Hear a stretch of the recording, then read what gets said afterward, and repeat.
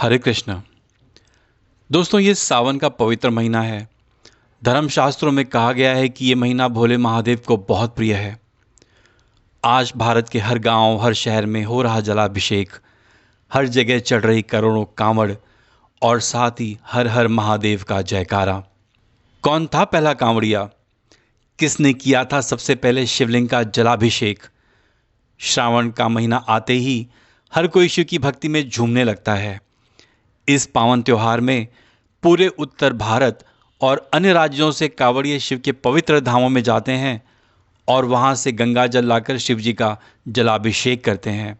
कांवड़ियों को नंगे पैर बहुत दूर चलकर गंगा जल लाना होता है तथा शर्त यह होती है कि कांवड़ी शिव कांवड़ को जमीन पर नहीं रखता। इस प्रकार शिव भक्त अनेक कठिनाइयों का सामना करते गंगा जल लाते हैं और महादेव का जलाभिषेक करते हैं। परंतु क्या आपने कभी यह सोचा है कि आखिर वह कौन सा पहला व्यक्ति होगा जो सबसे पहला कांवड़ी था तथा जिसने सबसे पहले महादेव भोले बाबा का जलाभिषेक कर उनकी कृपा प्राप्त करी, जिससे इस परंपरा का आरंभ हुआ? क्या आपने कभी सोचा है कि किसी और भगवान का क्यों नहीं, भगवान शिव का ही जलाभिषेक क्यों किया जाता है और उसका महत्व क्या है? एक कांवड़ यात्रा क्या है? आइए जानते हैं विस्तार से, और इस आशा के साथ कि ये कथा आपको जरूर धर्म के प्रति और जागरूक करेगी। धर्मशास्त्रों के अनुसार महादेव के 3 नेत्रों में सूर्य दाएं, बाएं चंद्र और अग्नि मध्य नेत्र हैं। पंचांग के अनुसार सावन का महीना 5वां महीना होता है। इस महीने का नाम श्रावण होने के पीछे एक कारण है कि इस महीने पूर्णिमा पर चंद्रमा श्रवण नक्षत्र में होते हैं। वैदिक ज्योतिष की माने तो श्रवण नक्षत्र का स्वामी बृहस्पति ग्रह है और श्रवण का अर्थ होता है सुनना। इस माह में भगवान के स्वरूप के बारे में सुनने से मन के विकार, भय और अंधकार दूर होते हैं।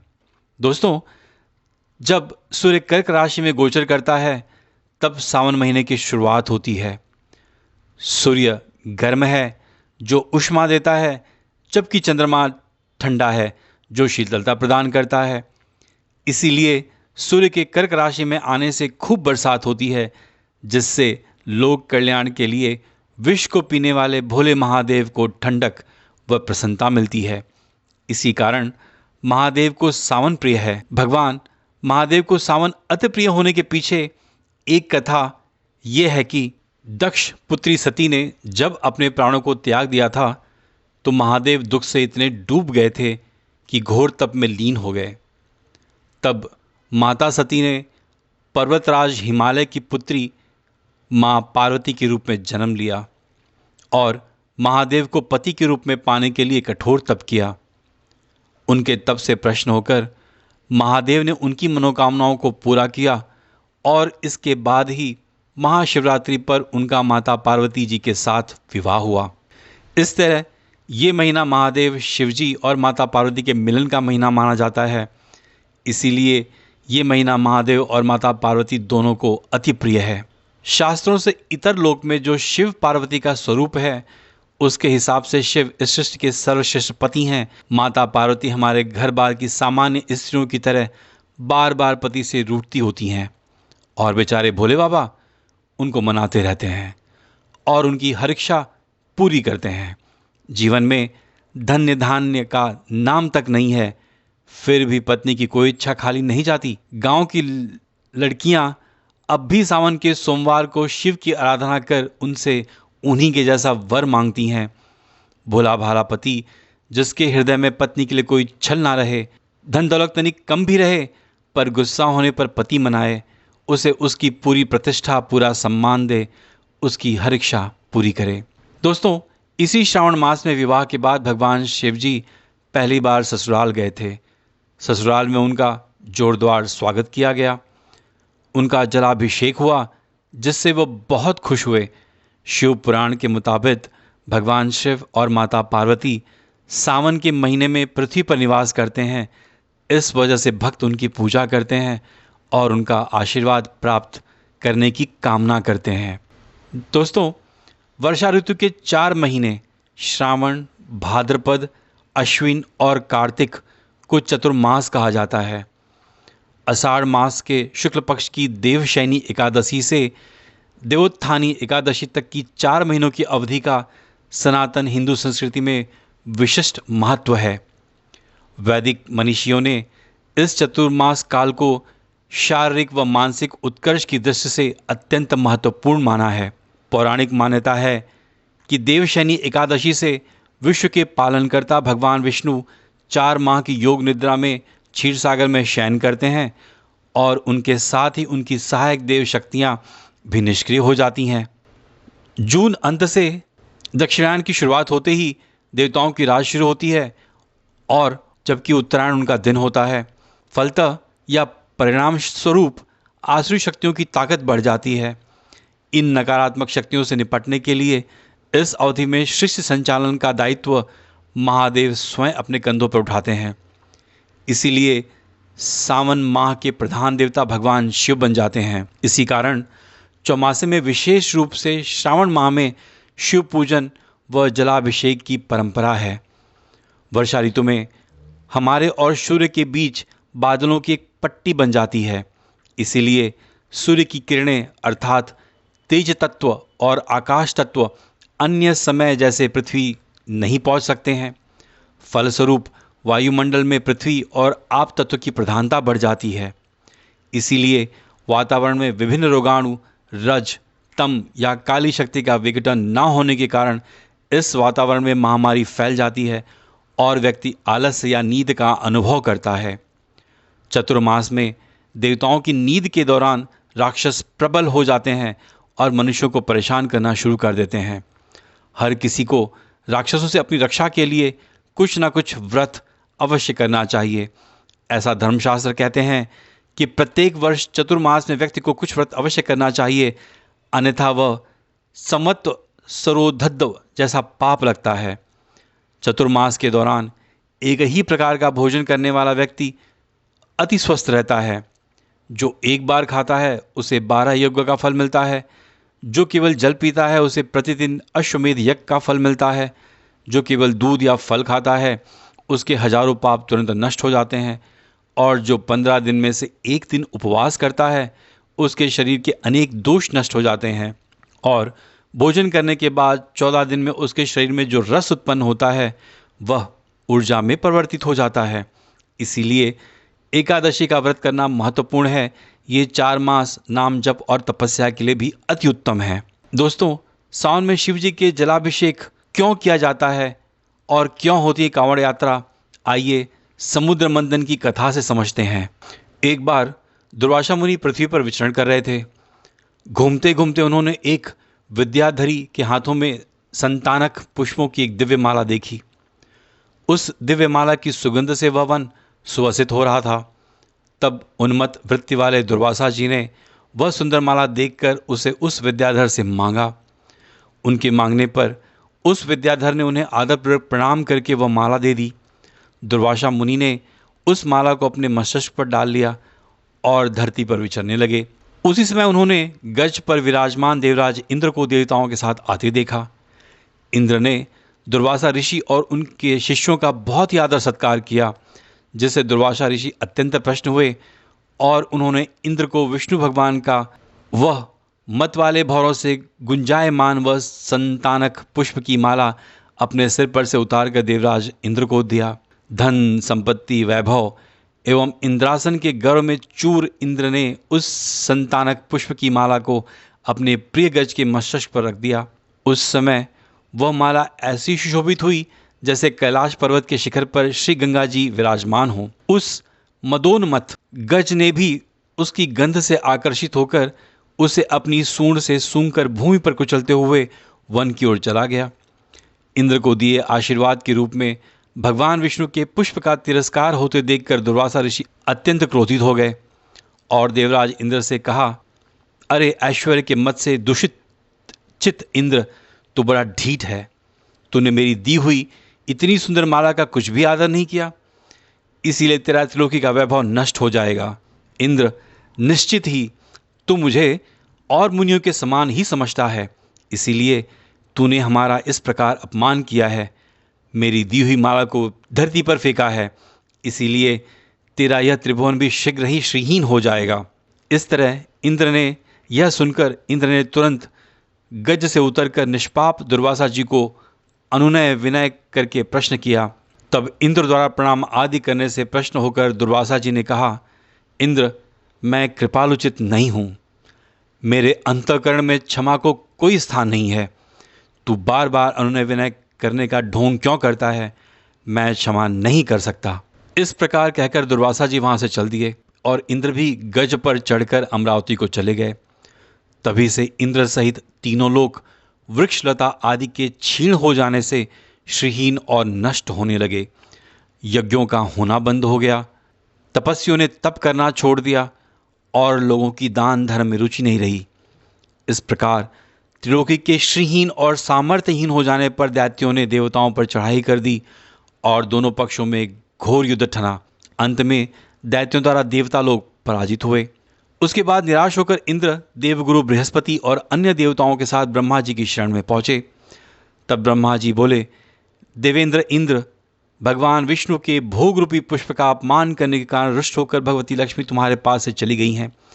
यदि तुम उन्हें पुनः प्रसन्न करने के लिए भगवान नारायण की कृपा दृष्टि प्राप्त करो तो उनके आशीर्वाद से तुम्हें खोया वैभव पुनः मिल जाएगा। इंद्र और अन्य देवताओं के आग्रह पर ब्रह्मा जी भी उन्हीं के साथ भगवान विष्णु की शरण में पहुँचे। वहाँ पर ब्रह्म भगवान विष्णु भगवती लक्ष्मी के साथ विराजमान थे।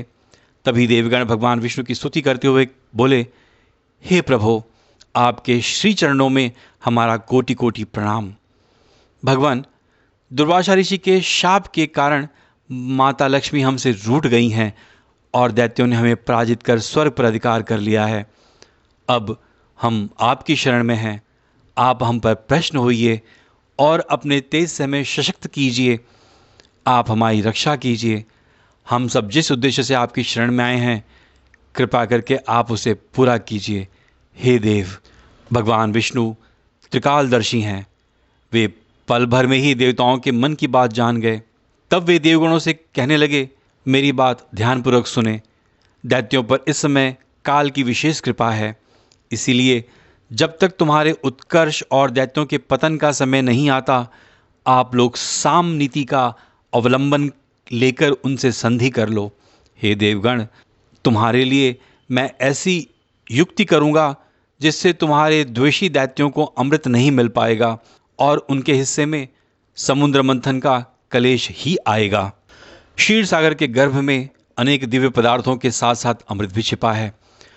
उसे पीने वाले के सामने मृत्यु भी पराजित हो जाती है। इसके लिए तुम्हें समुद्र मंथन करना होगा। यह कार्य अत्यंत दुष्कर है, अतः इस कार्य में दैत्यों से सहायता लो। कूटनीति भी यही कहती है कि आवश्यकता पड़ने पर शत्रुओं को भी मित्र बना लेना चाहिए। तुम दैत्यों के साथ संपूर्ण औषधि लाकर क्षीर सागर में डालो, तत्पश्चात अमृत पीकर अमर हो जाओ। तब दुष्ट दैत्य भी तुम्हारा अहित नहीं कर पाएंगे। वे जो भी शर्त रखें उसे स्वीकार कर लो। यह बात याद रखो कि शांति से सभी कार्य बन जाते हैं और क्रोध से कुछ नहीं होता। भगवान विष्णु के परामर्श के अनुसार इंद्रादि देवगण दैत्यराज बलि के पास संधि का प्रस्ताव लेकर गए और दैत्यों से कहा कि तुम लोग अमृत मंथन के काम में सहायता करो और समुद्र मंथन से जो अमृत निकलेगा उसका समान भाग से पान करने से तुम लोग भी सबल और अमर हो जाओगे।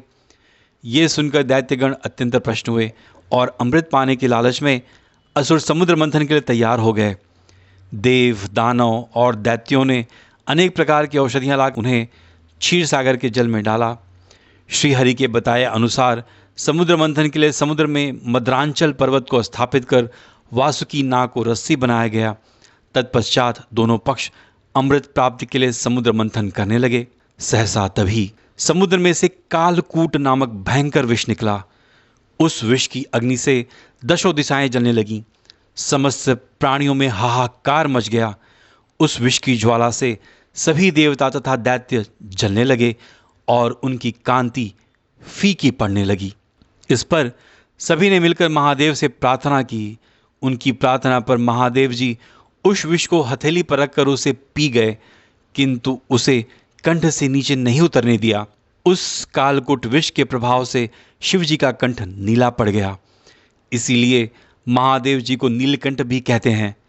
उनकी हथेली से थोड़ा सा विष धरती पर टपक गया था, जिससे सांप, बिच्छू आदि विषैले जंतुओं ने ग्रहण कर लिया।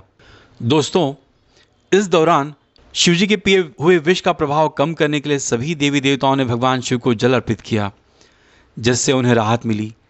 ऐसे में शरीर को शीतल रखने के लिए भोलेनाथ ने चंद्रमा को अपने सिर पर धारण किया। यह घटना सावन माह में हुई थी।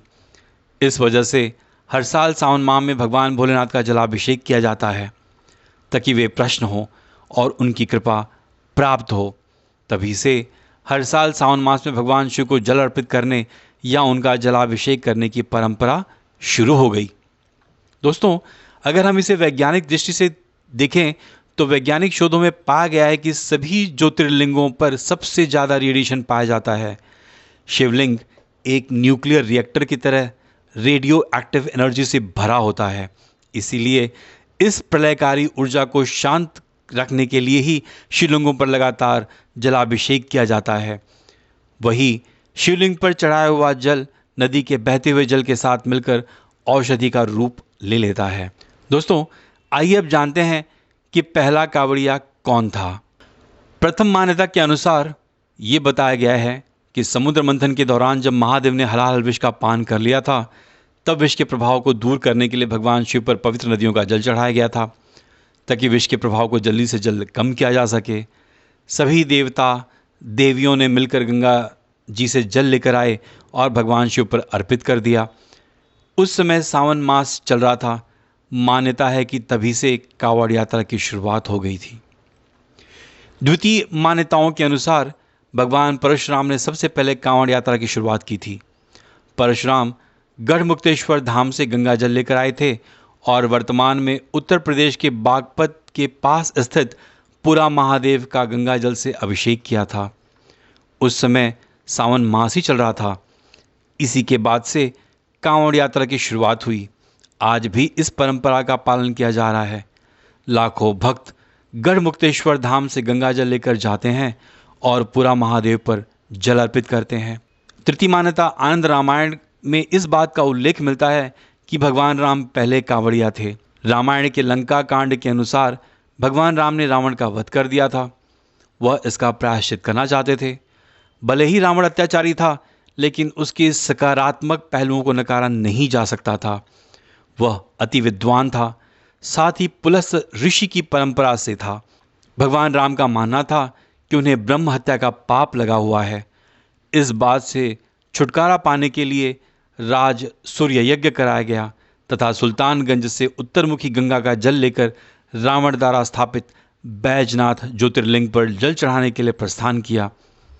तब से कांवड़ यात्रा का आरंभ माना जाता है।